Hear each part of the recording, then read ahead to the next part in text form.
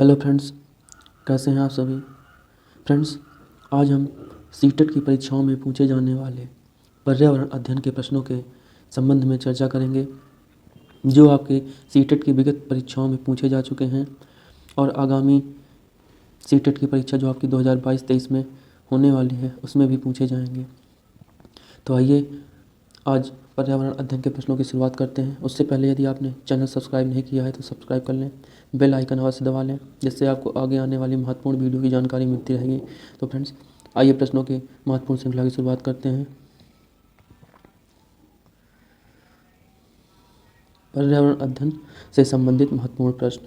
ये सभी प्रश्न आपके सीटेट की परीक्षाओं में पूछे गए हैं और आगामी परीक्षाओं में भी पूछे जाने की संभावनाएँ हैं, पूछे ही जाएंगे, इसकी प्रबल संभावना है। तो आइए प्रश्नों को शुरुआत करते हैं। आपका पहला प्रश्न है, कक्षा 5 का सोनू आमतौर पर अपना दिया हुआ कक्षा कार्य नहीं करता है। मुद्दे को हल करने का सबसे अच्छा उपाय हो सकता है। कक्षा 5 का सोनू आमतौर पर अपना दिया हुआ कक्षा कार्य नहीं करता है। इस मुद्दे को हल करने का सबसे अच्छा उपाय क्या हो सकता है। आइए देखते हैं। पहला ऑप्शन दिया हुआ है, माता पिता से बात करें और उन्हें सलाह दें। आइए अगला देखते हैं, उससे वैकल्पिक और आसान गृह कार्य दें। अगला ऑप्शन देखते हैं, उसकी कठिनाई का पता लगाएं। सबसे महत्वपूर्ण है कि उसकी कठिनाई का पता लगाएं और उसके अनुसार कक्षा कार्य को समायोजित करने के लिए उससे बात करें। तो ये ऑप्शन आपका सही हो जाएगा। आइए अगला देखते हैं, निम्नलिखित में से क्या ईवीएस में आकलन का एक व्यापक संकेतक नहीं है। व्यापक संकेतक नहीं है। ऑप्शन देखते हैं, समानता के प्रति सरोकार, अवधारणा मानचित्रण, सहयोग और न्याय के प्रति सरोकार। तो व्यापक संकेतक में समानता के प्रति सरोकार होगा, सहयोग भी होगा और न्याय के प्रति सरोकार होगा। तो इसमें नहीं वाला पूछ रहा है, तो अवधारणा मानचित्रण एक व्यापक संकेतक नहीं है। आइए अगला देखते हैं। अगला है, पौधों के लिए किए जाने वाले नीचे दिए गए कार्यों पर विचार कीजिए। इनमें से जड़ों के कार्य क्या हैं। आइए देखते हैं। पौधों को सहारा देना सही है। ह्यूमस प्रदान करना, ह्यूमस मिट्टी प्रदान करती है। अगला, भोजन संचित भंडार करना और पानी और खनिज को अवशोषित करना। तो ये तीनों ऑप्शन आपके सही हैं। इनसे आधारित ऑप्शन है बी सी डी, ये गलत हो जाएगा। ए सी डी आपका सही ऑप्शन हो जाएगा। पौधों को सहारा देने का कार्य होता है, भोजन को संचित या भंडारण करने का कार्य होता है, पानी और खनिज को अवशोषित करने का कार्य होता है जड़ों का। आइए अगला देखते हैं। निम्नलिखित में से खाद्य पदार्थों के उस समूह को चुनिए जिसके प्रत्येक सदस्य में लौह तत्व प्रचुर मात्रा में होता है। इनमें से उन ऑप्शन को चुनिए जिसमें लौह तत्व प्रचुर मात्रा में पाया जाता है। तो ऑप्शन देखते हैं, आंवला, बंद गोभी, टमाटर। अगला ऑप्शन है बंद गोभी, आंवला, पालक। अगला है गुड़, आंवला, टमाटर। और लास्ट ऑप्शन है आंवला, पालक, गुड़। तो ये ऑप्शन आपका सही हो जाएगा। आंवला, पालक, गुड़ में प्रचुर मात्रा में लौह तत्व पाए जाते हैं। आइए अगला देखते हैं।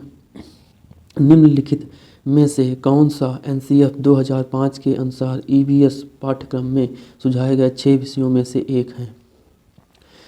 एनसीएफ 2005 में जो 6 विषय दिए गए हैं उनमें से एक विषय इनमें से दिए गए ऑप्शनों में से कौन सा है। तो आइए देखते हैं। पहला ऑप्शन दिया हुआ है, चीज़ें जो हम बनाते हैं और करते हैं। बिल्कुल ये है। चीज़ें कैसे काम करती हैं, ये नहीं है। पदार्थ के बारे में कोई बात नहीं की गई है। प्राकृतिक संसाधन के बारे में कोई बात नहीं की गई। तो चीज़ें जो हम बनाते हैं और करते हैं, यह एनसीएफ 2005 के अनुसार ईवीएस पाठ्यक्रम में जो 6 थीमें दी गई हैं उनमें से एक है। तो आपका पहला ऑप्शन सही हो जाएगा। आइए अगला देखते हैं। विद्यालय में मिड डे मील के समय के लिए कौन सा सबसे प्रासंगिक है। ऑप्शन देखते हैं, यह शिक्षण अधिगम के बहुत ही मूल्यवान समय को बर्बाद करता है। ऐसा नहीं है। शिक्षण अधिगम के साथ इसका कोई लेना देना नहीं है, ये भी नहीं है। जितने भी निगेटिव वाले हैं उन सभी को काटते रहेंगे। जो पॉजिटिव होगा ऑप्शन वही सही होगा। अगला ऑप्शन देखते हैं, यह ईवीएस शिक्षण अधिगम के लिए एक अच्छा शिक्षण अधिगम का अवसर है। ये ऑप्शन सही हो जाएगा। यह उन बच्चों के लिए है जो विद्यालय में खाली पेट आते हैं, ये भी ऑप्शन नहीं होगा। तो आपका ऑप्शन कौन सही हो जाएगा, यह ईवीएस शिक्षण अधिगम के लिए एक अच्छा शिक्षण अधिगम का अवसर है। थर्ड ऑप्शन आपका राइट हो जाएगा। आइए अगला देखते हैं। वैकल्पिक ढांचे का क्या अर्थ है। वैकल्पिक ढांचे का क्या अर्थ है? आइए ऑप्शन देखते हैं। सभी विचार जो दृढ़ता से बच्चों द्वारा आयोजित किए जाएं। अगला ऑप्शन, विभिन्न भौतिक घटनाओं का पाठ्य पुस्तक स्पष्टीकरण। अगला ऑप्शन, विचार जो अवधारणा के औपचारिक रूप से स्वीकृत स्पष्टीकरण से अलग हैं। लास्ट ऑप्शन, वर्तमान में वैज्ञानिकों और सामाजिक वैज्ञानिकों द्वारा आयोजित विचार। तो वैकल्पिक ढांचे का क्या अर्थ है? वैकल्पिक ढांचे का अर्थ है विचार जो अवधारणा के औपचारिक रूप से स्वीकृत स्पष्टीकरण से अलग हो। यही आपका सही हो जाएगा ऑप्शन। आइए अगला देखते हैं। ताजमहल के पीले होने के लिए निम्नलिखित में से कौन सा कारक जिम्मेदार है?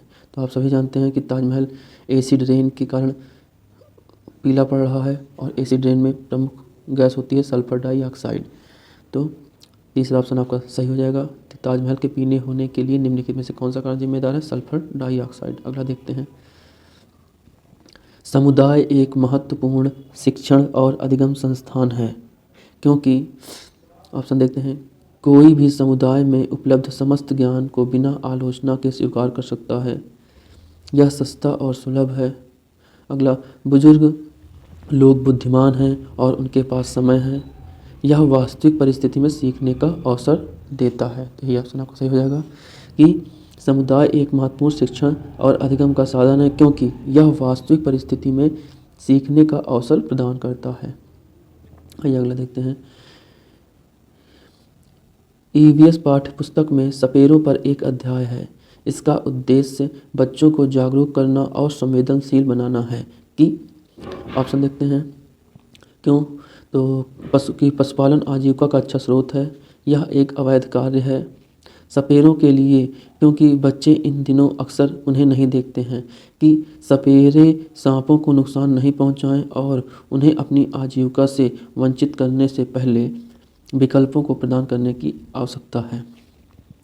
तो ईवीएस पाठ्यपुस्तक में सपेरों पर अध्याय का एक उद्देश्य है कि सपेरों सांपों को नुकसान न पहुंचाएं और उन्हें अपनी आजीविका से वंचित करने से पहले विकल्पों को प्रदान करने की आवश्यकता है। आइए अगला देखते हैं। नेपेंथिस वह पौधा जो शिकार करता है के विषय में नीचे दिए गए कथनों पर विचार कीजिए। कथन पहला है, यह पौधा ऑस्ट्रेलिया, इंडोनेशिया और भारत के मेघालय में पाया जाता है। बिल्कुल सही है। इसका आकार घड़े जैसा होता है। ये बिल्कुल सही है। यह केवल छोटे कीड़े मकोड़ों को फंसाकर उनका शिकार कर सकता है। अगला देखते हैं। यह छोटे कीड़े मकोड़ों को खींचने के लिए मोहक आवाज़ निकालता है। तो मोहक आवाज़ नहीं, ये सुगंध छोड़ता है और यह केवल छोटे कीड़े मकोड़ों को ही नहीं फंसाता है, बड़े जानवरों को भी फंसाता है।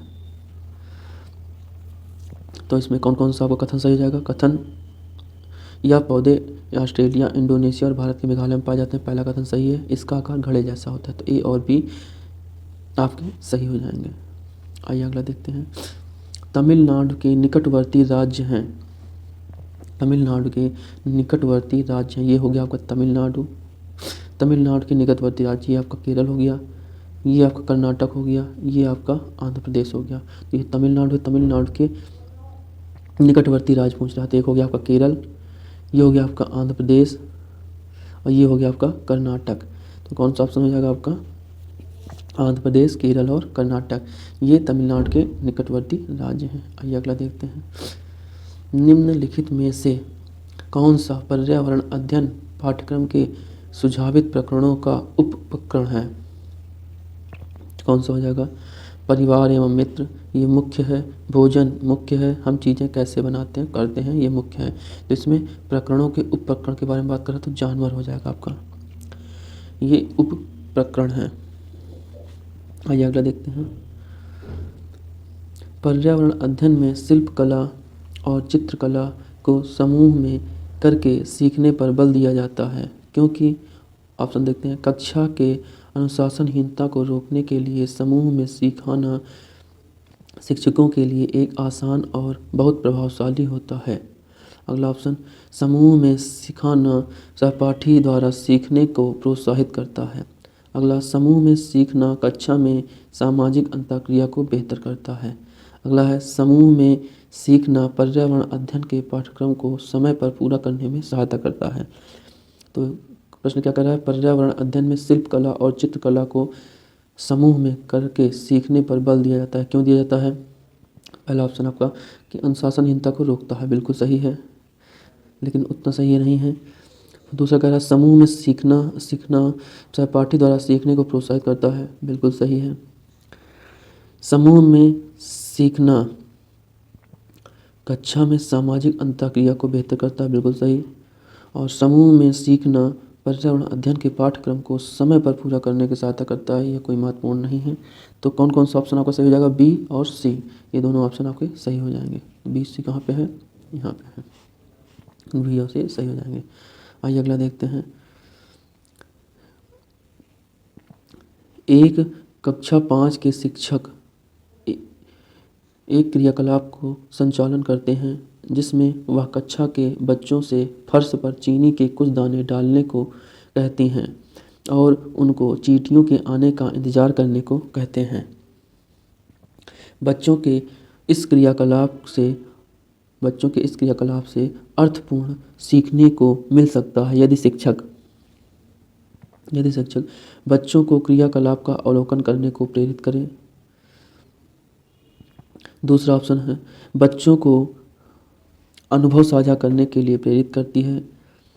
तीसरा ऑप्शन है बच्चों को क्रियाकलाप का अवलोकन, अनुभव साझा और उस पर चर्चा करने को प्रेरित करती है। तो सबसे सही ऑप्शन हो जाएगा आपका तीसरा, कि बच्चों को क्रियाकलाप का अवलोकन, अनुभव साझा करने और उस पर चर्चा करने के प्रेरित करता है।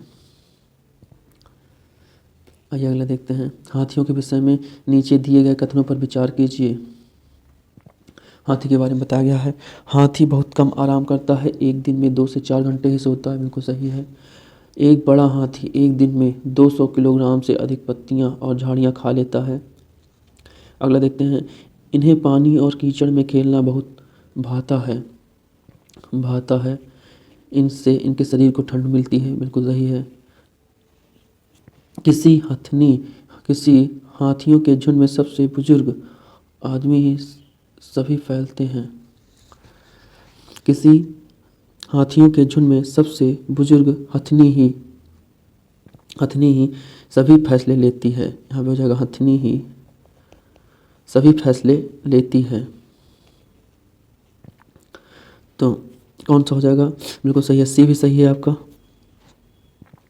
सॉरी ये डी हो जाएगा ऑप्शन आपका, डी ऑप्शन भी सही है, सी भी सही है और ए भी सही है। तो ऑप्शन कौन सा सही हो जाएगा? ऑप्शन हो जाएगा आपका थर्ड, सी, डी और ए, ये सभी ऑप्शन आपके सही हैं। आइए अगला देखते हैं। निम्नलिखित में से सत्य कथन चुनिए। हाथी गंदे पानी में खेलना पसंद करता है क्योंकि इससे इनके शरीर को ठंडक मिलती है। अगला, अधिकांश हाथी 3 दिन में लगभग 10 घंटे आराम करना पसंद करते हैं। अधिकांश हाथी दिन में लगभग 10 घंटे आराम करना पसंद करते हैं, ये ऑप्शन आपका गलत हो जाएगा। अगला है, 3 महीने के हाथी के बच्चे का वजन लगभग 200 ग्राम होता है। अधिकांश बड़े हाथी एक दिन में लगभग 100 किलोग्राम पत्ते और झाड़ियाँ खा लेते हैं। तो इसमें पूछ रहा है कि कौन कौन से कथन सत्य हैं। तो ये पहला सत्य सही है, हाथी गंदे पानी में खेलना पसंद करता है, बिल्कुल सही है। फिर अधिकांश हाथी दिन में लगभग 10 घंटे आराम करना पसंद करते हैं, ये गलत है। 3 महीने के हाथी के बच्चे का वजन 200 किलोग्राम होता है, ये बिल्कुल सही है। और अधिकांश बड़े हाथी एक दिन में लगभग 100 किलोग्राम पत्ते और झाड़ियाँ खा लेते हैं, ये भी सही है। तो आपका ऑप्शन कौन कौन सा सही हो जाएगा? ए, सी और डी। ए, सी, डी कहाँ कहाँ दिया गया है? तो ए, सी, डी आपका थर्ड ऑप्शन सही है। आइए अगला देखते हैं। रेगिस्तान ओक के बारे में सही कथन चुनिए। यह पेड़ ऑस्ट्रेलिया में पाया जाता है, बिल्कुल सही। यह एक विशेष प्रकार का पेड़ है जिसकी जड़ें टहनियों से लटकती हैं, ये गलत हो जाएगा। टहनियों से लटकती हैं, गलत हो जाएगा। इस पेड़ के जड़ें ज़मीन में उस गहराई तक जाती हैं जब तक कि पानी तक न पहुँच जाए, बिल्कुल सही है। इस पेड़ के तने में पानी जमा होता है और स्थानीय लोग पतले पाइप का उपयोग करके इस पानी को पीते हैं, ये भी सही है। तो कौन कौन सा आपका सही है कथन? ए, यह पेड़ ऑस्ट्रेलिया में पाया जाता है, और सी, इस पेड़ की जड़ें ज़मीन में उस गहराई तक जाती हैं जब तक पानी में न पहुंच जाए। अगला है डी कथन, इस पेड़ के तने में पानी जमा होता है और स्थानीय लोग पतले पाइप के उपयोग से पी लेते हैं। तो कौन सा आपका सही हो जाएगा? ए, सी और डी। आइए अगला देखते हैं। कुछ हजार साल पहले भारत में तालाबों के निर्माण के अलबरूनी के अवलोकन के आधार पर कक्षा 5 के ईवीएस की पाठ्यपुस्तक में एक अनुच्छेद है। इस अनुच्छेद को शामिल करने का क्या उद्देश्य होगा?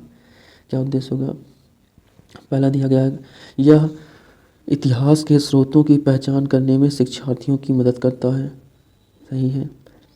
यह शिक्षार्थियों को उनके और लोगों की रिकॉर्डिंग में सुधार करने में मदद करता है, यह भी सही है। अगला देखते हैं, यह शिक्षार्थियों को कुछ हजारों साल पहले भारत में मौजूद तकनीक की सराहना करने में मदद करता है, यह भी बिल्कुल सही है। और यह शिक्षार्थियों को इतिहास में साक्ष्य की भूमिका की सराहना करने में मदद करता है, यह भी सही है। तो आपका कौन कौन सा कथन सही है? यह इतिहास के स्रोतों की पहचान करने में शिक्षार्थियों को मदद करता है, ए सही है। सी सही है, यह शिक्षार्थियों के कुछ हजार साल पहले भारत की मौजूद तकनीकी को सराहना करने के लिए मदद करता है, और डी ऑप्शन आपका सही है। कौन सा ऑप्शन सही हो जाएगा? ए, सी, डी। आइए अगला देखते हैं। अगला है, अपनी कक्षा में 50 से अधिक छात्रों के साथ वाणी उन्हें एक ऐसी गतिविधि में जोड़ना चाहती है जिसमें सीखने को बढ़ाने के लिए अधिकतम संख्या में इंद्रियां शामिल हों। निम्न में से कौन सा क्रियाकलाप उपरोक्त कार्य के लिए ठीक होगा? उचित दृश्य श्रव्य साधन के साथ स्मार्ट कक्ष का उपयोग करना, बिल्कुल सही है। इसमें सबसे सटीक देना है। नज़दीक के स्थान के क्षेत्र भ्रमण का आयोजन करना, ये भी सही है। अगला देखते हैं, कौशल के प्रदर्शन के लिए समुदाय से संदर्भित व्यक्तियों को आमंत्रित करना, ये भी सही है। समूह चर्चा को प्रोत्साहन करना, ये चारों ऑप्शन सही हैं, लेकिन इसमें पूछ रहा है सबसे उपयुक्त, सबसे सही, मतलब सबसे उपयुक्त, सही में सबसे सही क्या होगा बच्चों के लिए? तो क्या होगा? नज़दीक के स्थान के क्षेत्र को भ्रमण का आयोजन करना। इससे बच्चे खुद करेंगे और खुद करके सीखेंगे, ये इनसे बच्चों के लिए ज्ञान अस्थायी रूप से प्राप्त हो जाएगा। आइए अगला देखते हैं। नीचे दिए गए किस एक राज्य के ग्रामीण लोग अपने छत वाले लकड़ी के मकान मजबूत बांस के खंभे पर धरती से 3 से 3.5 मीटर की ऊंचाई पर बनाते हैं? नीचे दिए गए किस एक राज्य के ग्रामीण लोग अपने घर की छतों को लकड़ी के मकान को मजबूत बांस के खंभों पर धरती से 3.5 मीटर की ऊंचाई पर बनाते हैं? तो कौन से राज्य के? असम राज्य के। आइए अगला देखते हैं। नेहा अपने शिक्षार्थियों को कार्य से संबंधित लैंगिक विषमता और रूढ़िवादी छवियों के प्रति संवेदनशील करना चाहती है। नेहा को निम्नलिखित में से अपनी कक्षा में क्या करना चाहिए? केवल लड़कों के प्रतिदिन कक्षा को साफ करने को कहे? बिल्कुल नहीं, यह भी गलत है। एक छात्र की मां को कक्षा में आमंत्रित करे जो ऑटो चालक है, हो सकता है। यह भी रूढ़िवादी मॉडलों को छात्रों को प्रस्तुत करे, विभिन्न प्रकार के कार्य को फ्लैश कार्ड दिखाए। तो इसमें सबसे उपयुक्त कौन सा हो जाएगा? एक छात्र की मां को कक्षा में आमंत्रित करे जो ऑटो चालक है, ये रूढ़िवादी छवि के प्रति संवेदनशील रवैया अपनाने के लिए सबसे बढ़िया तरीका है। आइए अगला देखते हैं। कक्षा 3 के विद्यार्थियों को भोजन का पाठ पढ़ाते समय अंजलि भोजन संबंधित आदतों में सांस्कृतिक क्षेत्रीय विविधता पर विशेष ध्यान देना चाहती है। नीचे दिए गए अधिगम अवसरों में से किसके द्वारा विद्यार्थियों को वांछित जानकारी दी जा सकती है? पहला है, विभिन्न क्षेत्र संस्कृतियों के भोजन को दर्शाने वाले चार्ट का उपयोग करके चार्ट का उपयोग करके उसकी व्याख्या करना दिया हुआ गलत हो जाएगा। विभिन्न क्षेत्रों संस्कृतियों के विद्यार्थियों से उनके घरों में खाए जाने वाले भोजन मांग कर प्रदर्शित करने और सहपाठियों को सूचना देने आदान प्रदान करना, ये सही हो जाएगा आपका। आइए अगला ऑप्शन भी देख लेते हैं, आपका सही हो जाएगा सेकंड ऑप्शन। आइए अगला देख लेते हैं कि पाठ्य पुस्तक में विभिन्न प्रकार के भोजनों के विषय में दी गई जानकारी को विस्तृत व्याख्या करना, ये भी ऑप्शन गलत हो जाएगा, व्याख्या करने की बात कर रहा है। अगला, किसी बाहरी भोजन बनाने वाले व्यवसाय एजेंसी का आग्रह करके विभिन्न क्षेत्रों संस्कृतियों भोजन का प्रदर्शन करना, ये भी आपका गलत हो जाएगा। कौन सही हो जाएगा? ऑप्शन सेकंड आपका सही हो जाएगा कि किस प्रकार से बच्चों के भोजन के बारे में जानकारी, उनकी विभिन्न संस्कृतियों के संबंध में कि कौन सी संस्कृति में कौन से भोजन बढ़िया होते हैं और कौन से भोजन खाए जाते हैं, सब में जानकारी देने के लिए ऑप्शन 2 के तहत बिल्कुल सही माना जाएगा। आइए अगला देखते हैं, प्राथमिक स्तर के अच्छी ईवीएस पाठ्यचर्या में होना चाहिए, क्या होना चाहिए? पाठ के अंत में अधिक अभ्यास प्रश्न, बिल्कुल नहीं। अपने आसपास को खोजने के अवसर प्रदान करना, बिल्कुल सही। संकल्पना को ही विस्तृत व्याख्या पर अधिक एकाग्रता, नहीं। फिर पदों के यथार्थ की परिभाषा कह रहा था, ये भी गलत हो जाएगा। कौन सा हो जाएगा? सेकेंड ऑप्शन आपका सही हो जाएगा, अपने आसपास को खोजने के अवसर प्रदान करना। अगला देखते हैं, प्राथमिक स्तर पर ईवीएस की पढ़ाई का एक प्रमुख उद्देश्य है विषय के मूल संकल्पनाओं की गहन समझ विकसित करना, बिल्कुल नहीं। अगले स्तर के अध्ययन के लिए विद्यालयों को तैयार करना, बिल्कुल नहीं। कक्षा की पढ़ाई को शिक्षार्थी के विद्यालय के बाहरी जीवन से जोड़ना, बिल्कुल सही हो जाएगा। ऑप्शन थर्ड आपका सही हो जाएगा। अगला देखते हैं प्रश्न, पसंद नापसंद के बारे में चर्चा करते समय किसी छात्र ने कहा, मुझे और मेरी माँ दोनों को सांप खाना बहुत पसंद है। जब भी हमारी सांप खाने की इच्छा होती है हम पास के किसी होटल में जाकर लिंग हो फेन खाते हैं। यह छात्र कहाँ का हो सकता है? तो कहाँ का हो सकता है? हांगकांग का हो सकता है।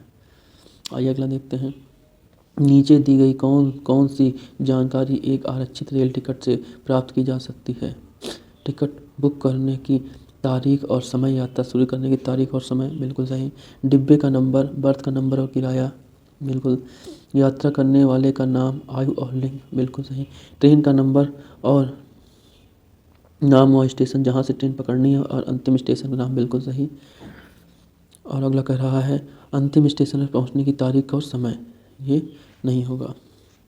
क्या क्या दिया रहेगा? पहला A, B, C और D, ये सही ऑप्शन आपके सही हैं। तो कौन सा है? सेकेंड ऑप्शन आपका सही है, A, B, C, D कथन आपके सही हैं। आइए अगला देखते हैं, पर्यावरण अध्ययन के शिक्षक के रूप में आप बच्चों को चिड़ियाघर ले जाने की योजना बनाते हैं। आप बच्चों को निम्नलिखित में से कौन सी गतिविधि करने की अनुमति नहीं देंगे?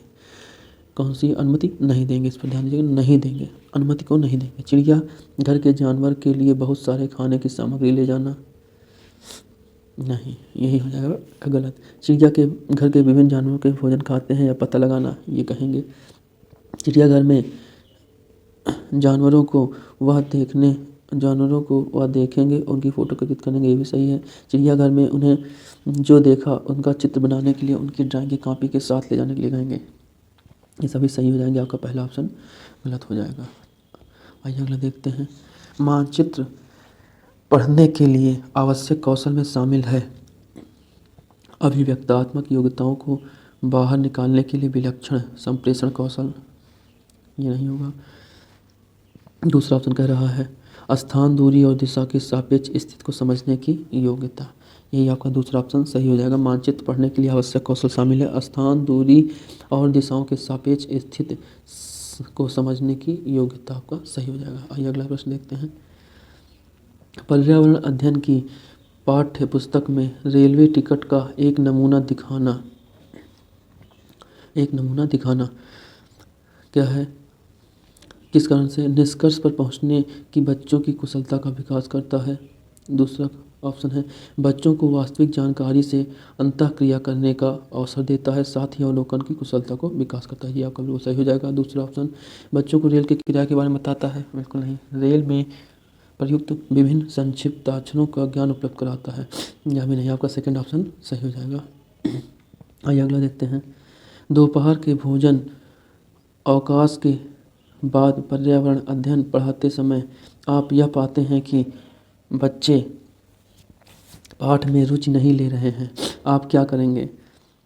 बच्चों को बाहर मैदान में खेलने के लिए ले जाएंगे, बच्चों से कहेंगे कि वे डेस्क पर सिर रख के आराम करें? बिल्कुल नहीं। ये दोनों ऑप्शन पाठ को रोचक बनाने के लिए बहुआयामी बुद्धि पर आधारित दृश्य श्रव्य सामग्री का प्रयोग करेंगे। बिल्कुल सही है, दृश्य श्रव्य सामग्री का प्रयोग करेंगे। आइए अगला देखते हैं। ग्रामीण क्षेत्रों में गाय के गोबर से झोपड़ी की दीवारों और फर्श कुली बजाता है। उन्हें फर्श को प्राकृतिक रंग देने के लिए ग्रामीण क्षेत्रों में गाय के गोबर से झोपड़ी की दीवारों और फर्श, ये हो जाएगा फर्श को रंगता है। फर्श को प्राकृतिक रंग देने के लिए गलत। कीड़ों को दूर रखने के लिए, यही सबसे सही है। कीड़ों को दूर करने के लिए ग्रामीण क्षेत्रों में गाय के गोबर से झोपड़ी की दीवारों और फर्श पर पुताई की जाती है। आइए अगला देखते हैं। क्वथन और वाष्पीकरण में अंतर। क्वथन से द्रव का आयतन कम होता है। अंतर पूछ रहा है कि क्या अंतर है क्वथन और वाष्पीकरण में अंतर क्या है? क्वथन से द्रव का आयतन कम होता है जबकि वाष्पीकरण में नहीं, दोनों में कम होता है। अगला कह रहा है क्वथन में द्रव से वास्तव में परिवर्तन देखा जा सकता है जबकि वाष्पीकरण में नहीं देखा जा सकता है, यह भी गलत है। अगला कह रहा है क्वथन में से जल की अवस्था बदल जाती है जबकि वाष्पीकरण में नहीं, ऐसा भी नहीं है, दोनों में अवस्था बदलती है। चौथा ऑप्शन कह रहा है वाष्पीकरण किसी भी तापमान पर हो सकता है जबकि क्वथन नहीं, यही ऑप्शन आपका सही हो जाएगा कि वाष्पीकरण किसी भी तापमान पर हो सकता है जबकि क्वथन एक स्पेशल टेम्परेचर पर ही होता है। आइए अगला देखते हैं। पर्यावरण अध्ययन की कक्षा में अवधारणा को स्पष्ट करने के लिए कविता और कहानी का कथन का प्रयोग करना बच्चों में पहला ऑप्शन दिया है बच्चों में विद्यमान भाषिक एवं सांस्कृतिक विविधता को ध्यान में रखता है, बिल्कुल गलत। दूसरा ऑप्शन कह रहा है उचित दिशा में बच्चों की ऊर्जा को संकेंद्रित करता है, यह भी नहीं होगा। अगला ऑप्शन कहता है पाठ को आनंददायक और रोचक बनाने में मदद करता है, यह भी नहीं होगा। अगला कहता है स्थानीय एवं विश्व स्तर पर संसार की प्रकृति को खोजने और कल्पना करने की योग्यता का विकास करने में मदद करता है। खोजने और कल्पना, जहाँ पे भी ये ऑप्शन दिखे ये सही हो जाएगा। आइए अगला देखते हैं। राष्ट्रीय पाठ्यचर्या की रूपरेखा एनसीएफ 2005 ने कक्षा 1 और कक्षा 2 के लिए पर्यावरण अध्ययन के किसी पाठ्यक्रम या पाठ्यपुस्तक की संस्तुति नहीं की है। इसके लिए सबसे उपयुक्त कारण क्या हो सकता है? सबसे उपयुक्त कारण ढूंढना है। पर्यावरण अध्ययन केवल, जहाँ केवल आ जाए वो ऑप्शन गलत हो जाएगा। कक्षा 1 और कक्षा 2 के शिक्षार्थी पढ़ना लिखना नहीं जानते हैं, ये भी गलत हो जाएगा। जितने भी नकारात्मक कथन हैं वो सभी गलत हो जाएंगे। संदर्भ अधिगम परिवेश प्रदान करना, बिल्कुल सही हो जाएगा आपका, थर्ड ऑप्शन ही सही हो जाएगा। आइए अगला देखते हैं। कक्षा 5 की अध्यापिका कविता चाहती है कि उसके विद्यार्थी आसपास के पौधों का अवलोकन करें। सार्थक अधिगम के लिए उसे बच्चों को क्या करने के लिए प्रोत्साहित करना चाहिए? क्या करने के लिए प्रोत्साहित करना चाहिए? समझाना कि पौधे हमारे लिए उपयोगी हैं, ये बात तो सही है। अगला कह रहा है अधिकतम पौधों के नाम लिखना, ये नहीं होगा। उनकी ऊंचाई, पत्तियां, गंध और उगने के स्थान में अंतर का अवलोकन करना, ये सबसे सही हो जाएगा। तो तीसरा ऑप्शन आपका सही हो जाएगा। अगला प्रश्न देखते हैं। प्राथमिक स्तर पर मानचित्रांकन सिखाने में शिक्षार्थियों में निम्नलिखित में से किस कौशल को बढ़ावा मिलता है? गणना एवं अनुमान का, बिल्कुल नहीं। माप के अनुसार चित्रण करने का, बिल्कुल नहीं। सापेक्ष स्थिति और दिशा बोध की जानकारी का, यही थर्ड ऑप्शन आपका सही हो जाएगा कि निम्नलिखित में से किस कौशल को बढ़ावा मिलता है मानचित्रांकन में शिक्षार्थियों को। आइए अगला देखते हैं। निम्नलिखित में से कौन से प्राथमिक स्तर पर पर्यावरण अध्ययन में आकलन के लिए उपकरण और तकनीकें हैं? परियोजना कार्य, क्षेत्र भ्रमण, जर्नल लिखना और विचार मानचित्रण। इसमें पूछ रहा है कि निम्नलिखित में से कौन से प्राथमिक स्तर पर पर्यावरण अध्ययन में आकलन करने के उपकरण और तकनीकें हैं? पहला कह रहा है परियोजना कार्य, क्षेत्र भ्रमण, जर्नल लिखना और विचार मानचित्रण। तो परियोजना कार्य भी दिया जाएगा, क्षेत्र भ्रमण भी करवाया जाएगा, जनरल लिखना भी और विचार मानचित्रण भी। तो ये चारों कथन आपके सही हो जाएंगे। तो A B C D right. अगला देखते हैं, कोमल विभिन्न प्रकार के यात्रा टिकटों का उपयोग करती है। ऐसे टिकटों के उपयोग से निम्नलिखित में से किस संकल्पना पर प्रभावपूर्ण ढंग से चर्चा की जा सकती है। ऑप्शन देखते हैं, कथन दिया हुआ, अलग अलग साधनों से यात्रा करने पर यात्रा की लागत विभिन्न होती है, बिल्कुल सही कह रहा है। दूसरा कह रहा है, यात्रा की लागत उस वाहन द्वारा प्रयुक्त ईंधन पर निर्भर करती है, ऐसा नहीं है। अगला कह रहा है, सार्वजनिक परिवहन से एक स्थान से दूसरे स्थान पर जाने के लिए हमें टिकट चाहिए, बिल्कुल सही। आरक्षण प्रक्रिया समझ, ये भी नहीं होगा। तो आपका पहला और तीसरा कथन A and C is right. Kerala के निकटवर्ती राज्यों के बारे में बताइए। केरल के निकटवर्ती, ये आपका हो गया केरल राज्य। अब कह रहा है केरल के निकटवर्ती राज्य, ये हो गया आपका कर्नाटक, ये हो गया आपका तमिलनाडु, ये हो गया आपका आंध्र प्रदेश। तो कर्नाटक और तमिलनाडु, कर्नाटक और तमिलनाडु केरल के निकटवर्ती राज्य हैं। आइए अगला देखते हैं, नीचे दिए गए सभी जानवरों में निम्नलिखित में से कौन सी विशेषताएं पाई जाती हैं। छिपकली, गौरैया, कछुआ, सांप, ये सभी जो जानवर दिए हैं उनमें विशेषता क्या पाई जाती है। वे जहरीले होते हैं, बिल्कुल नहीं। वे भूमि एवं जल दोनों में रहते हैं, ऐसा भी नहीं है। उनके शरीर सल्क से ढके रहते हैं, बिल्कुल नहीं। वे अंडे देते हैं, ये सभी जानवरों जो छिपकली, गौरैया, कछुआ, सांप सभी अंडे हैं, सभी जानवर हैं ये अंडे देते हैं, यही सभी में विशेषताएं पाई जाती हैं, ये कॉमन है। अगला देखते हैं, निम्नलिखित में से कौन सा कथन आकलन प्रक्रिया के बारे में सबसे कम उपयुक्त है। सबसे कम उपयुक्त है पूछ रहा है, सबसे कम उपयुक्त पूछ रहा है। तो पहला कह रहा है कि बच्चों को निजी विवरण और व्यक्तिगत पृष्ठपोषण फीडबैक देना सबसे कम उपयुक्त कारण पूछ रहा है। सी सबसे कम उपयुक्त यही हो जाएगा आपका, बच्चों को निजी विवरण और व्यक्तिगत पृष्ठपोषण फीडबैक देना वांछनीय अभ्यास है, यही आपका कम उपयुक्त है। अगला भी देख लेते हैं, सीखने के संकेत को और उपसंकेतकों की सूची बनाना रिपोर्टिंग को अधिक विस्तृत बनाता है या अधिक उपयुक्त है। ठीक, अच्छा और बहुत अच्छा जैसी टिप्पणियां बच्चों को सीखने के बारे में एक समझ प्रदान करती है, बिल्कुल सही। और बच्चों को पोर्टफोलियो में केवल उनके सबसे बेहतर कार्य न होकर सभी तरह के कार्य होने चाहिए, बिल्कुल ये भी इम्पोर्टेंट है। तो सबसे कम उपयुक्त आपका हो जाएगा पहला ही, कि बच्चे को निजी विवरण और व्यक्तिगत पृष्ठपोषण फीडबैक देना वांछनीय अभ्यास है। आइए अगला देखते हैं, कक्षा 1 में पर्यावरण अध्ययन में शिक्षार्थियों के आकलन के बारे में निम्नलिखित में से कौन सा कथन सत्य है। कौन सा कथन सत्य है। मौखिक परीक्षा में क्योंकि हो सकता है कि बच्चे लिखने की समझ ना हो, बिल्कुल सही कह रहा है। ड्राइंग क्योंकि बच्चे इसमें आनंद आता है, बिल्कुल सही। शिक्षकों का अवलोकन और रिकॉर्डिंग, बिल्कुल सही। किसी को न रोको नीति को ध्यान में रखते हुए आकलन की आवश्यकता नहीं है, ये आपका गलत हो जाएगा। तो आपके ए बी और सी तीनों कथन सत्य होंगे, तो पहला ऑप्शन आपका सही हो जाएगा। आइए अगला देखते हैं, प्रयोग करना आकलन का एक संकेतक है। निम्नलिखित में से कौन सा एक प्रयोग करने संबंधी संकेतक का आकलन करने का सबसे उपयुक्त तरीका है। कौन सा है सबसे उपयुक्त तरीका। चित्र पठन, सृजनात्मक लेखन, निदर्शन प्रदर्शन, हस्तपरक गतिविधियाँ। हस्तपरक गतिविधियाँ जितनी भी होती हैं सभी आकलन करने का सबसे उपयुक्त तरीका है। आइए अगला देखते हैं, निम्नलिखित में से जड़ का कौन सा कार्य पौधों के लिए नहीं है। भोजन भंडार संचित करना है, पहला सही है। दूसरा कह रहा है ह्यूमस उपलब्ध कराना, यही आपका नहीं होगा। पौधों को सहारा देना, जल तथा खनिज का अवशोषण करना, सभी सही हैं।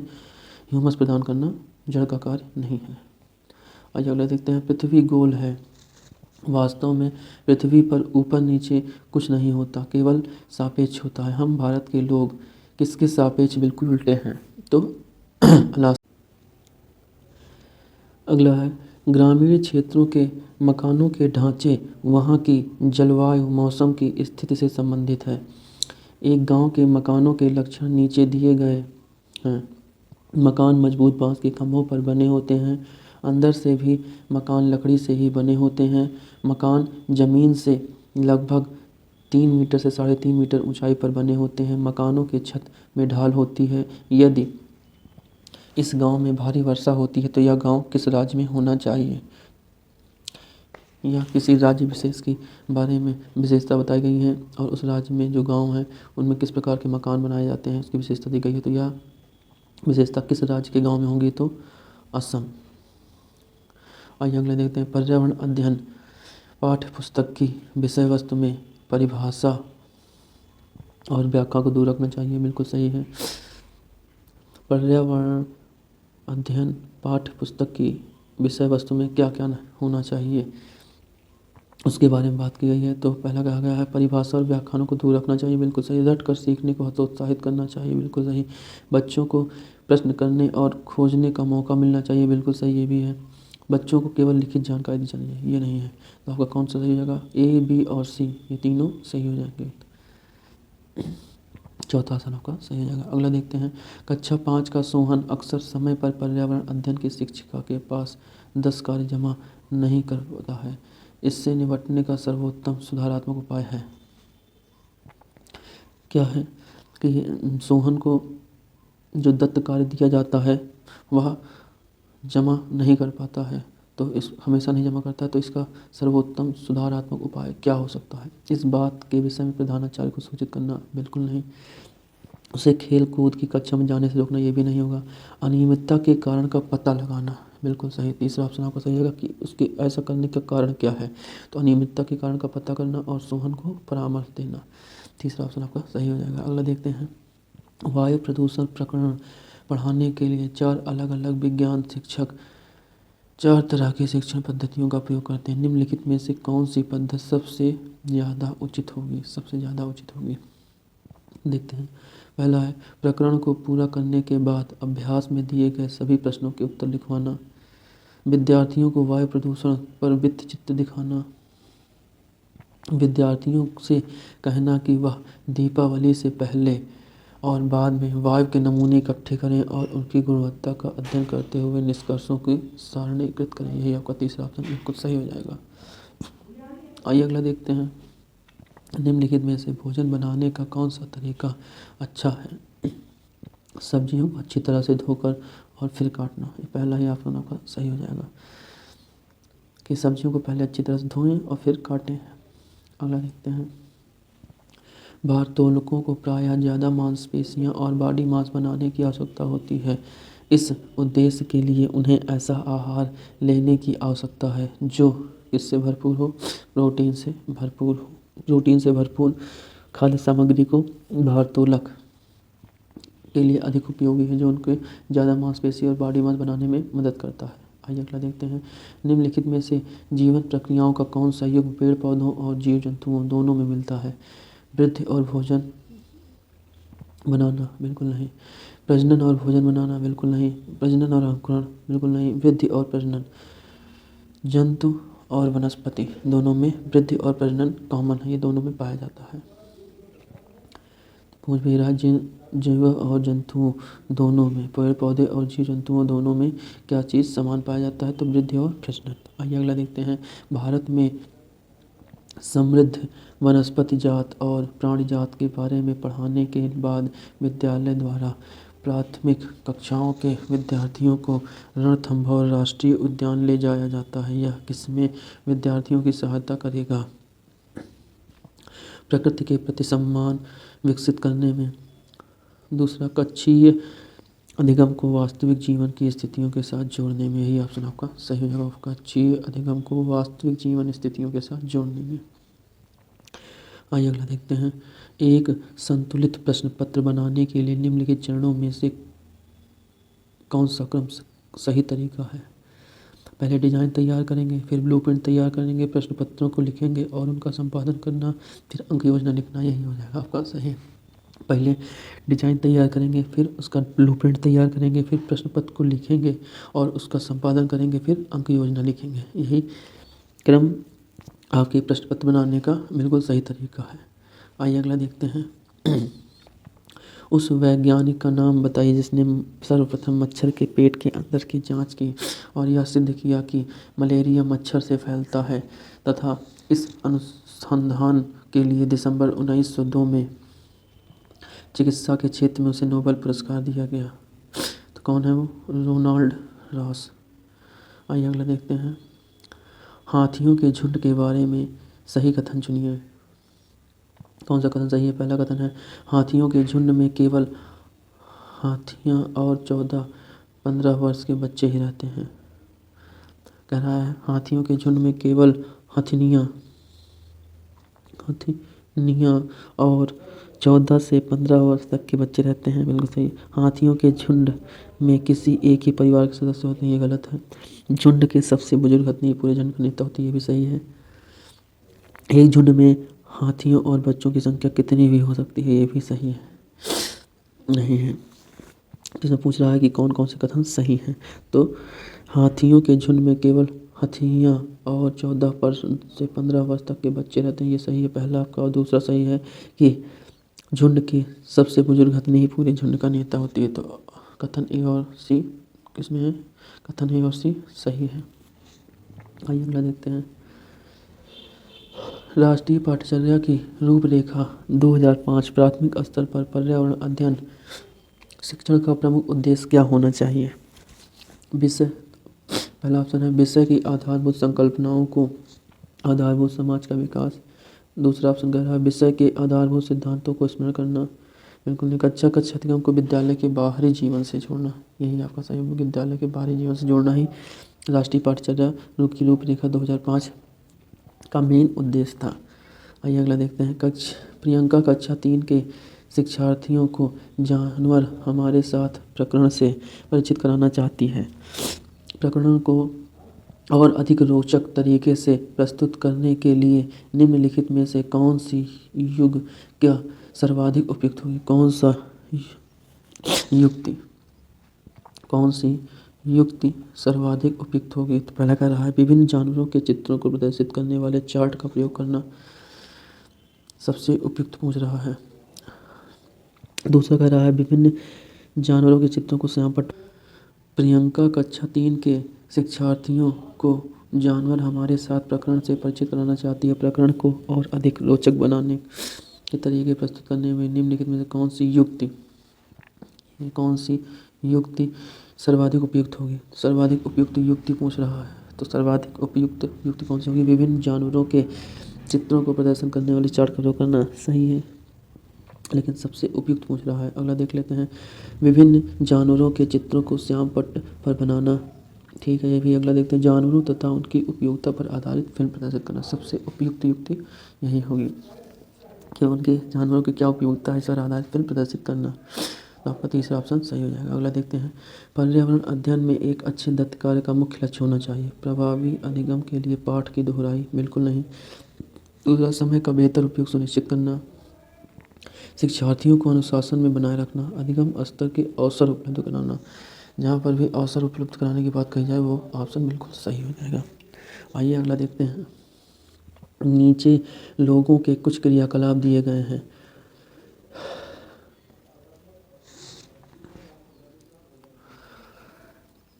उत्खनन, बांधों का निर्माण, खानों का उत्खनन, बांधों का निर्माण, बाजार में बेचने के लिए पत्तियां एवं जड़ी बूटी इकट्ठा करना, बांस से टोकरी बुनना, गिरे हुए पत्तों से पत्तल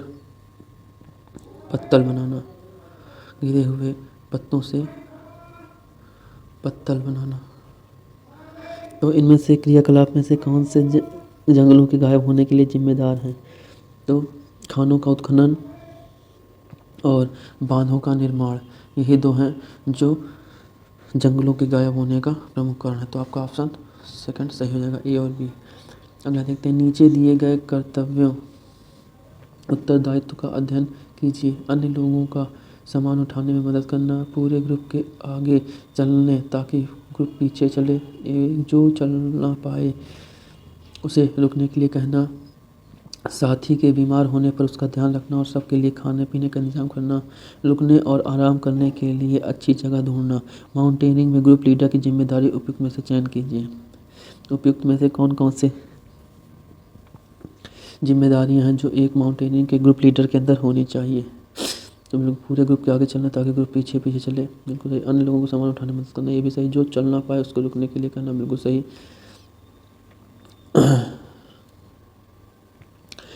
साथ ही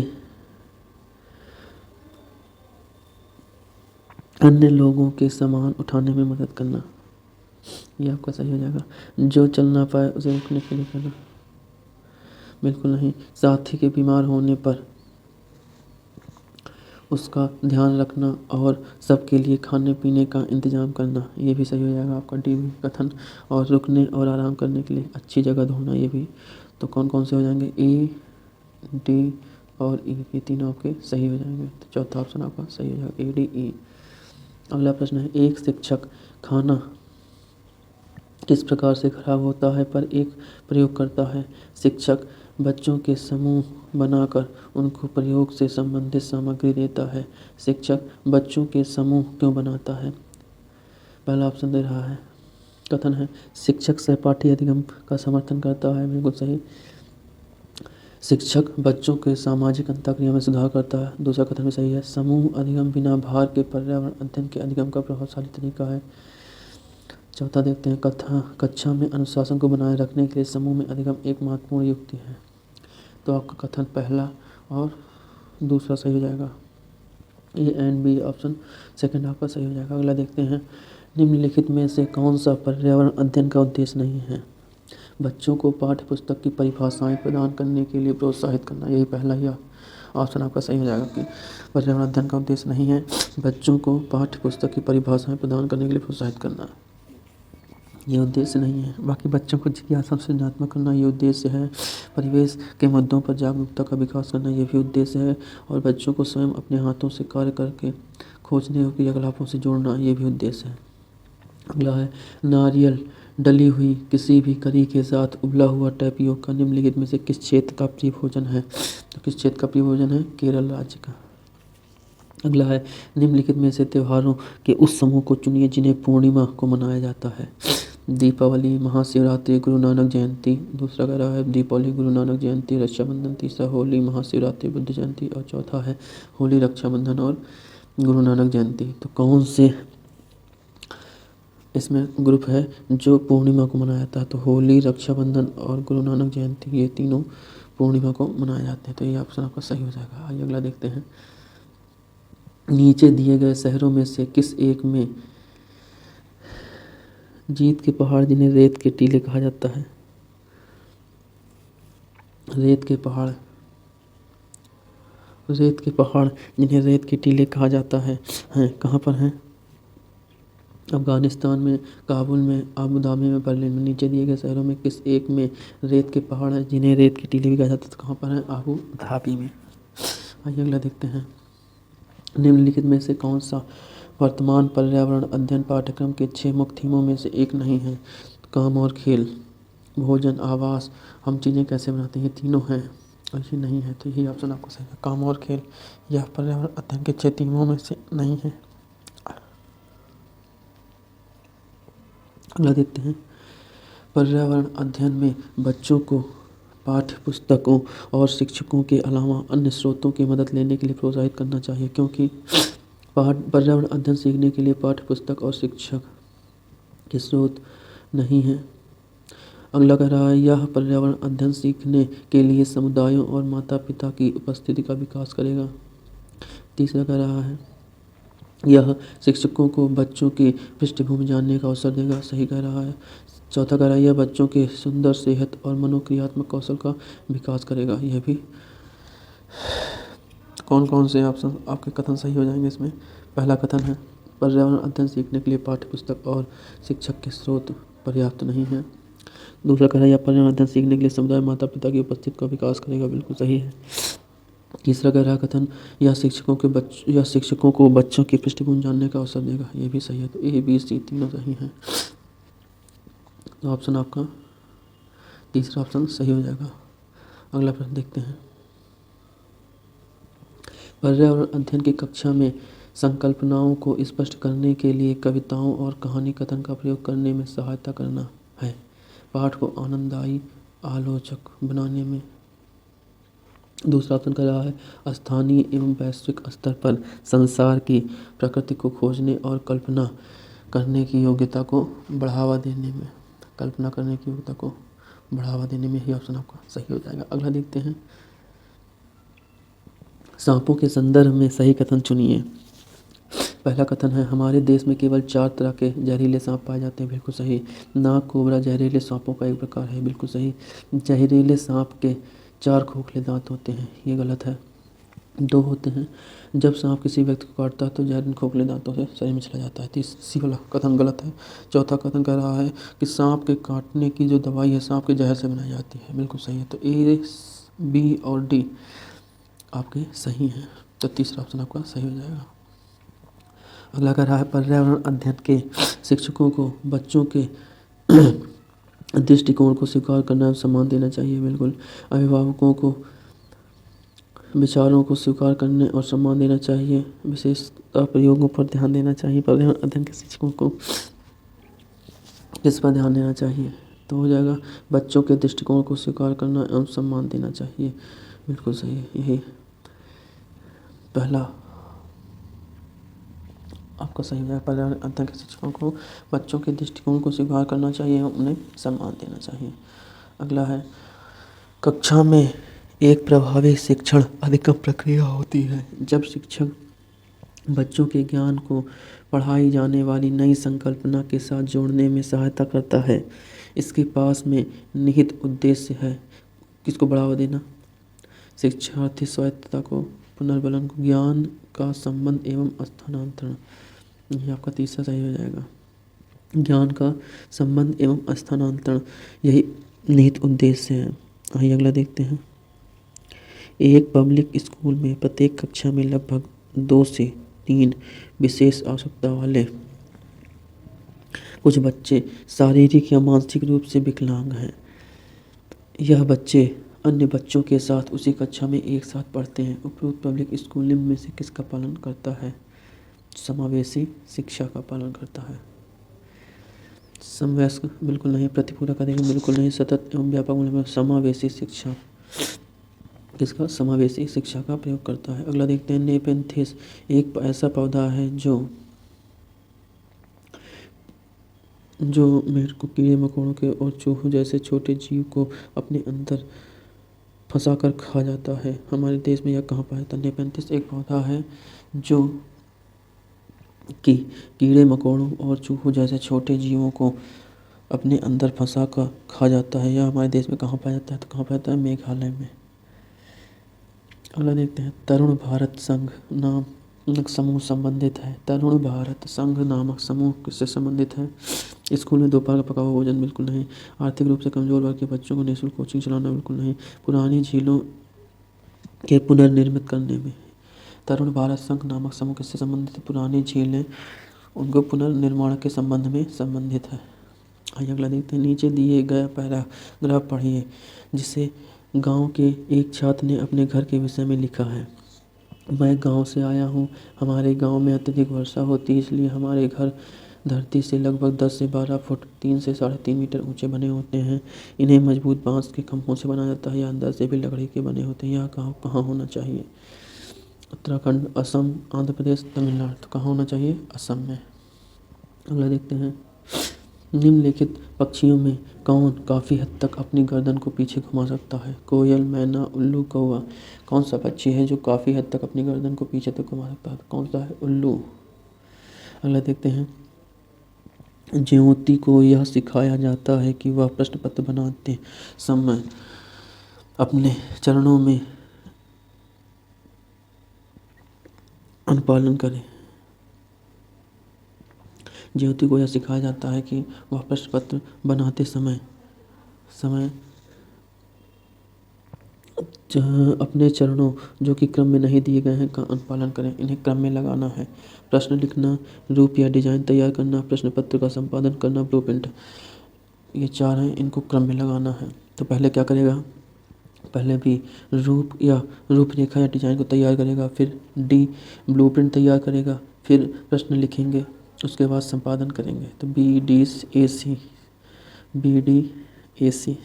कौन सा हो जाएगा? थर्ड ऑप्शन आपका सही हो जाएगा। अगला देखते हैं। यदि 1 महीने के लिए बिजली ना हो तो हमारे जीवन किस प्रकार प्रभावित होगा? इस प्रश्न को पूछने का उद्देश्य क्या है? शिक्षार्थियों की सामान्य जानकारी का आकलन करना बिल्कुल नहीं।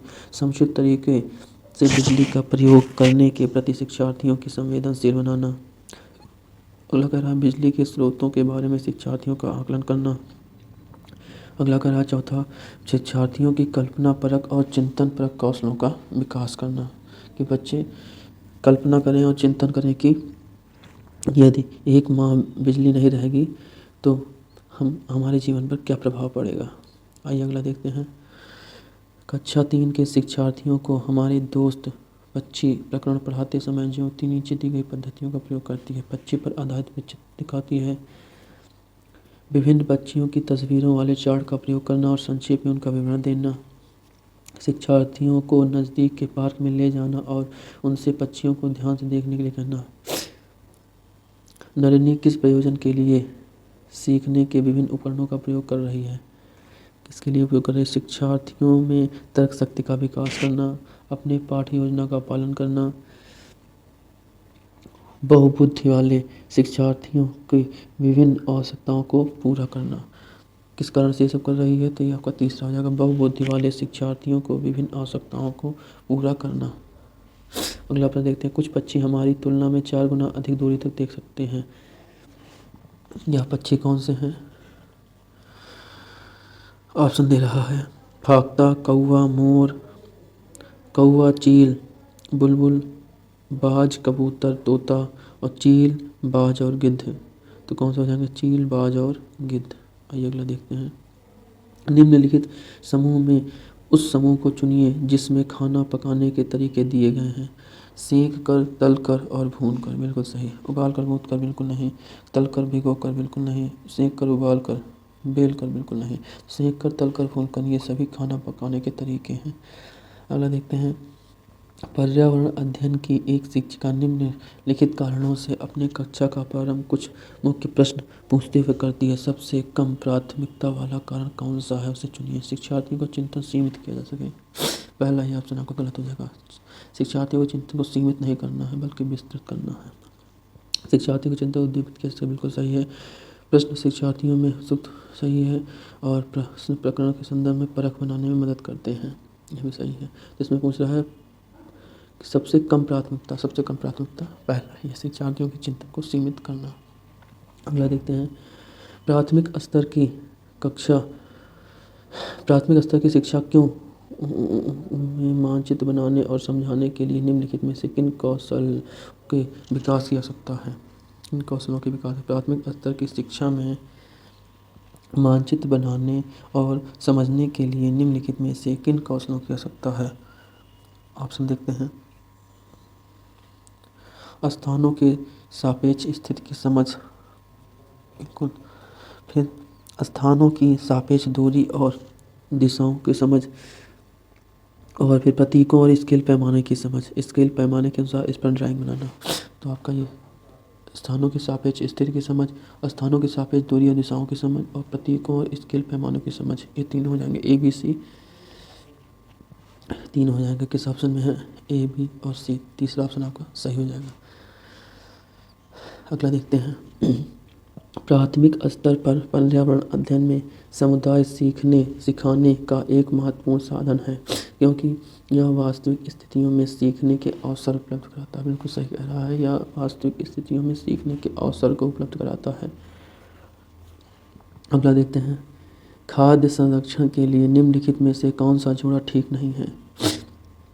कच्चे आम के संरक्षण के लिए अचार बना लेते हैं, आलू की चिप्स बना लेते हैं, सेब का जैम बना लेते हैं और दूध पनीर, यही ऑप्शन गलत है आपका। निम्नलिखित कौन सा जोड़ा ठीक नहीं है? तो थर्ड, यही ऑप्शन आपका सही हो जाएगा।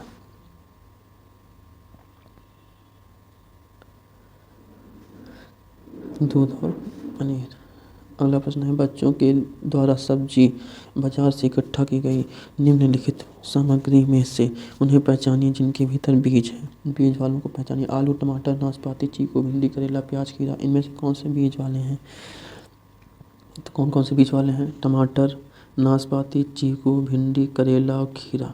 तो टमाटर, नाशपाती, चीकू, भिंडी, करेला और खीरा, ये इसमें भी होंगे। टमाटर, नाशपाती, चीकू, भिंडी, करेला, खीरा, ये सभी बीज वाले हैं। निम्नलिखित में से कौन सी विशेषता बरगद के पेड़ की जड़ों की नहीं है? तो कौन सी विशेषता नहीं है? जड़ें खंभों की तरह पेड़ को सहायता प्रदान करती है, बिल्कुल सही। जड़ें शाखाओं से नीचे लटकती हैं, बिल्कुल। इसे जमीन के भीतर चढ़े होते हैं। बिल्कुल सही। यह भोजन का भंडारण करती है, यही जो है बरगद के पेड़ की जड़ों की विशेषता नहीं है, तो चौथा ऑप्शन आपका सही हो जाएगा। अगला है NCERT की पर्यावरण अध्ययन की कक्षा 5 की पाठ्य पुस्तक में सुनीता अंतरिक्ष में शीर्षक पाठ स्पेसशिप में अंतरिक्ष यात्री सुनीता विलियम के अनुभवों का वर्णन करता है। इसे शामिल करने का क्या कारण हो सकता है? क्या कारण हो सकता है? यह घटना अंतरिक्ष यात्रियों के ज़िंदगी में झांकने का अवसर देता है। पहला कथन। दूसरा कथन कर रहा है यह घटना स्पेसशिप में भौतिक स्थितियों का वर्णन करती है। तीसरा है यह घटना स्त्री पुरुष लिंग रूढ़िवादिता की वैधता को चुनौती देती है। चौथा कथन कर रहा है यह घटना गुरुत्वाकर्षण की अवधारणा को समझने में मदद करती है। निम्नलिखित जो कथन दिए गए हैं उनमें से कौन सा कथन सही है? NCERT के पर्यावरण अध्ययन की कक्षा 5 की पाठ्यपुस्तक में सुनीता अंतरिक्ष में शीर्षक पाठ्यपुस्तक, इसे किस लिए शामिल किया गया है? तो इसके शामिल करने का मुख्य उद्देश्य है कि यह घटना गुरुत्वाकर्षण की अवधारणा को समझने में मदद करती है। तो आपका केवल डी कथन सही हो जाएगा। अगला है मानव के पेट में अमाशय रस की प्रकृति होती है, क्या प्रकृति है और वह भोजन को पचाने में सहायता करती है? तो मानव के पेट में जो अमाशय रस होता है उसकी प्रकृति क्या होती है? अम्लीय होती है और यह भोजन को पचाने में सहायता करता है। अगला है नीचे पौधों के बारे में बच्चों के कुछ सहजानुभूत विचार दिए गए हैं, इनमें से कौन सा विचार वैज्ञानिक दृष्टि से ठीक है? घास पौधा नहीं है। दूसरा कह रहा है कुछ सब्जियां फल होती हैं, बिल्कुल सही। बीज किसी पौधे का हिस्सा नहीं है। गाजर और बंद गोभी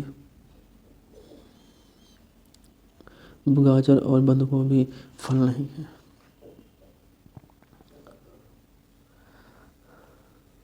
तो इसमें से पूछ रहा है कौन सा विचार वैज्ञानिक दृष्टिकोण से ठीक है? तो कुछ सब्जियां फल होती हैं। अगला देखते हैं एक शिक्षक अपने विद्यार्थियों को विभिन्न पशुओं के चित्र देता है और उन पशुओं के रंग भरने को कहता है जो हमारे घरों में नहीं रहते। इस क्रियाकलाप का उद्देश्य क्या है? सृजनात्मकता का विकास, वर्गीकरण कौशल का विकास, बिल्कुल सही। अवलोकन करने का विकास, डेटा संग्रह करने का विकास। तो सृजनात्मकता का विकास होगा, इससे वर्गीकरण कौशल का विकास होगा, अवलोकन करने का विकास होगा। तो ABC चौथा ऑप्शन आपका सही हो जाएगा। अगला देखते हैं वाष्पीकरण विषय पर बच्चों की विविध सोच का आकलन करने के लिए निम्नलिखित में से कौन सा प्रश्न एक नमूना होता है? जल चक्र का आरेख बनाइए और उसे नामित कीजिए। दूसरा कह रहा है जल चक्र के 5 लाभ लिखिए। तीसरा कह रहा है क्या होता है यदि जल चक्र नहीं होता? तो ये आपका सही हो जाएगा कि यह सबसे अच्छा है, बिल्कुल चिंतापरक और कल्पनापरक शिक्षा प्रदान करने के लिए कि क्या होता है यदि जल चक्र नहीं होता। तो आपका तीसरा ऑप्शन सही हो जाएगा। अगला है निम्नलिखित में से मच्छरों द्वारा फैलने वाले रोग का समूह कौन सा है? समूह कौन सा है जो मच्छर द्वारा फैलते हैं? तो डेंगू, मलेरिया, चिकनगुनिया, यही पहला ही ऑप्शन। और देख लेते हैं मियादी बुखार हैजा नहीं फैलता मच्छर से। HIV मच्छर से नहीं फैलता है। HIV और हैजा मच्छर से नहीं फैलता। तो पहला है डेंगू, मलेरिया, चिकनगुनिया, ये सभी मच्छर से होने वाले रोग हैं। अगला है किसी पशु के विषय में नीचे दिए गए विवरण को पढ़िए और उस पर पशु को पहचानिए। यह भालू जैसा दिखता है परंतु भालू नहीं है। यह दिन के लगभग 17 घंटे वृक्षों की शाखाओं से उल्टे लटक कर सोता है। यह जिस वृक्ष पर रहता है उसी की पत्तियां खाता है। यह लगभग 40 वर्ष तक जीता रहता है। यह किस पशु के बारे में बात किया जा रहा है? तो स्लॉथ की ये विशेषता है। आगे देखते हैं पर्यावरण अध्ययन के संदर्भ में बोझ के बिना सीखना क्या बताता है? EVS पाठ्यक्रम को आधा कम करने की ज़रूरत है, बिल्कुल नहीं। स्कूल बैग कम वजन, बिल्कुल नहीं। EVS पाठ्य पुस्तकों में अध्यायों की संख्या कम करना, बिल्कुल नहीं। अवरोध का भार कम करने की ज़रूरत है। पर्यावरण अध्ययन के संदर्भ में बोझ के बिना सीखना बताता है कि अवरोध का भार कम करने की ज़रूरत है। अगला प्रश्न और आखिरी प्रश्न है महिलाएं पुरुषों की तुलना में कमज़ोर हैं। यह एक है क्या है? रूढ़िबद्ध धारणा, जिसे कहते हैं लैंगिक रूढ़िबद्धता। तो फ्रेंड्स आज के वीडियो में पर्यावरण के महत्वपूर्ण प्रश्नों का संग्रह लिया गया है। आगे आने वाली सीरीज़ में और भी महत्वपूर्ण प्रश्न आपके सामने प्रस्तुत किए जाएंगे। तो फ्रेंड्स आज की वीडियो में इतना ही। अगर वीडियो आपको अच्छी लगी हो तो लाइक कमेंट और शेयर करें और चैनल को सब्सक्राइब अवश्य कर लें, जिससे आपको आगे आने वाली महत्वपूर्ण वीडियो की जानकारी मिलती रहेगी। तो फ्रेंड्स, आज के लिए इतना ही, फिर आपसे नई वीडियो